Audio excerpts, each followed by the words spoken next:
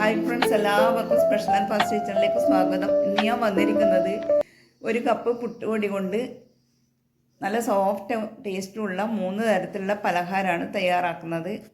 ഇത് ബ്രേക്ക്ഫാസ്റ്റ് ആയോ ഡിന്നറായോ evening snacks ആയിട്ടോ കഴിക്കാൻ പറ്റും. എന്നാലും നമുക്ക് തയ്യാറാക്കിയാലോ. ഒരു പാത്രത്തിലേക്ക് 1.5 കപ്പ് വെള്ളം ഒഴിച്ചു കൊടുത്ത് ഇതിലേക്ക് ആവശ്യത്തിനുള്ള ഉപ്പ്, ഒരു 1/4 ടീസ്പൂൺ ഉപ്പും ചേർത്ത് ഒന്ന് ഇളക്കി അടുപ്പിൽ വെച്ച് തിളപ്പിച്ചെടുക്കണം. പുട്ടുപൊടി ഞാൻ വീട്ടിൽ തന്നെ തയ്യാറാക്കിയതാണ്. അരി കഴുകി ഉണക്കി മില്ലിൽ പൊടിച്ചെടുത്ത് വെച്ച പൊടിയാണ്. കുറേ നാൾ ഇത് കേടാകാതെ ഇരിക്കും. ഇങ്ങനെ പുട്ടുപൊടി തയ്യാറാക്കി വെച്ചാൽ കടയിൽ നിന്ന് മായം ചേർത്ത പുട്ടുപൊടി വാങ്ങേണ്ട ആവശ്യമില്ല. നമുക്ക് വീട്ടിൽ തന്നെ തയ്യാറാക്കി എടുക്കാൻ പറ്റും. ഇനി പൊടിച്ച് വെച്ച ആ പൊടിയിൽ നിന്ന് 1 കപ്പ് പുട്ടുപൊടി എടുത്ത് ഈ തിളച്ചുകൊണ്ടിരിക്കുന്ന വെള്ളത്തിലേക്ക് കുറേശ്ശെയായി ചേർത്ത് കൊടുക്കണം.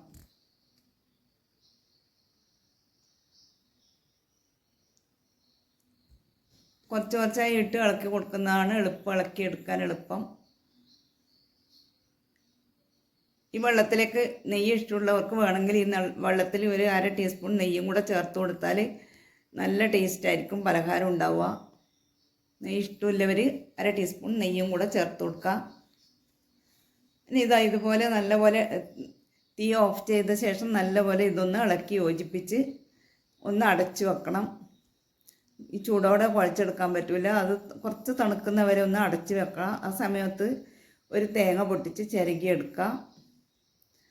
തേങ്ങ ചിരകി എടുത്തിട്ടുണ്ട്. നേരത്തെ അടച്ചു വെച്ച മാവ് കൈകൊണ്ട് കുഴക്കാൻ പറ്റുന്ന പാകത്തിലായി. ഇനി അത് ഒരു പാത്രത്തിലേക്ക് മാറ്റി കുറച്ച് തേങ്ങയും കൂടെ ചേർത്ത് ഇതൊന്ന് കുഴച്ചെടുക്കണം. തേങ്ങയും ചേർത്ത് നല്ലപോലെ ഒന്ന് കുഴച്ചെടുക്കുന്നുണ്ട്. വെള്ളം വേണമെങ്കിൽ ഈ സമയത്ത് ചേർത്ത് കൊടുക്കാം കുഴക്കാൻ. ഞാനിതിൽ വെള്ളമൊന്നും ചേർക്കാണ്ട് തന്നെ കുഴച്ചെടുത്തു. ഇതിങ്ങനെ കുഴച്ച് ഉണ്ടയാക്കി എടുത്താൽ മതി. ഇനി ഈ ഉണ്ട തേങ്ങയിലേക്കൊന്ന് മുക്കി സ്റ്റീമർ അടുപ്പത്ത് വെച്ചിട്ടുണ്ട്. ആ സ്റ്റീമറിൽ ഇലയും വെച്ച് ആ ഇലേൻ്റെ മേലെയാണ് ഈ ഉണ്ട വെച്ച് കൊടുക്കുന്നത്. ഇതുപോലെ ഉണ്ട തേങ്ങയിൽ മുക്കി വെച്ച് കൊടുത്താൽ കഴിക്കുമ്പോൾ നല്ല ടേസ്റ്റ് ഉണ്ടാവും. ഇനി ഉണ്ടയെല്ലാം ഇതുപോലെ റെഡിയാക്കി എടുക്കാം.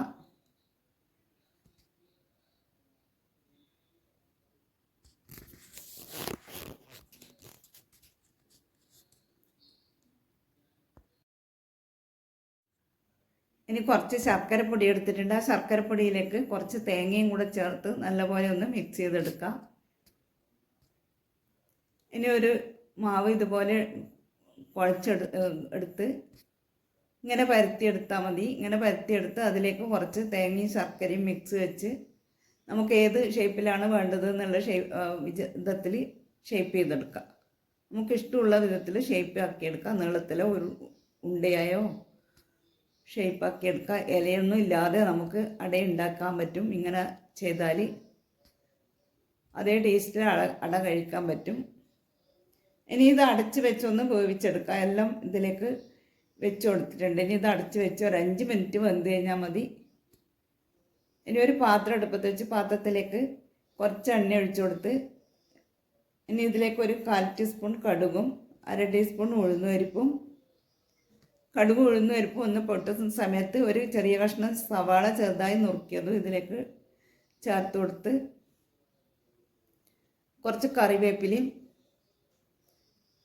ചതച്ച വറ്റൽമുളകും 1/4 ടീസ്പൂൺ മഞ്ഞൾപ്പൊടിയും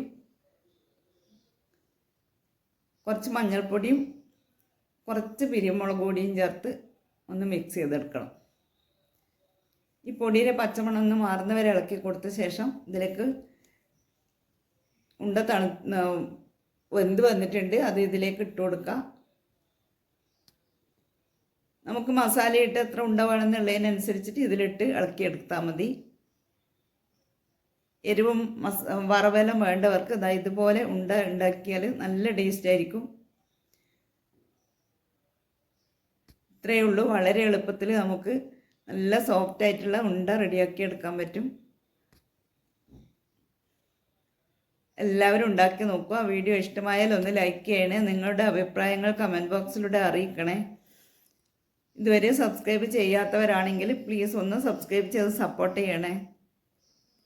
നമുക്കിത് ഈവനിങ് സ്നാക്കായിട്ടോ ബ്രേക്ക്ഫാസ്റ്റോ ഡിന്നറോ എന്ത് വേണമെങ്കിലും കഴിക്കാൻ പറ്റും. കുട്ടികൾക്കും മുതിർന്നവർക്കും എല്ലാവർക്കും ഒരുപോലെ ഇഷ്ടപ്പെടുന്ന നല്ലൊരു പലഹാരമാണിത്. ഇതെന്ന് കണ്ടില്ലേ, നല്ല സോഫ്റ്റാണ്. എത്ര കഴിച്ചാലും മതിയാവില്ല, നല്ല ടേസ്റ്റാണ്. Thank you for watching.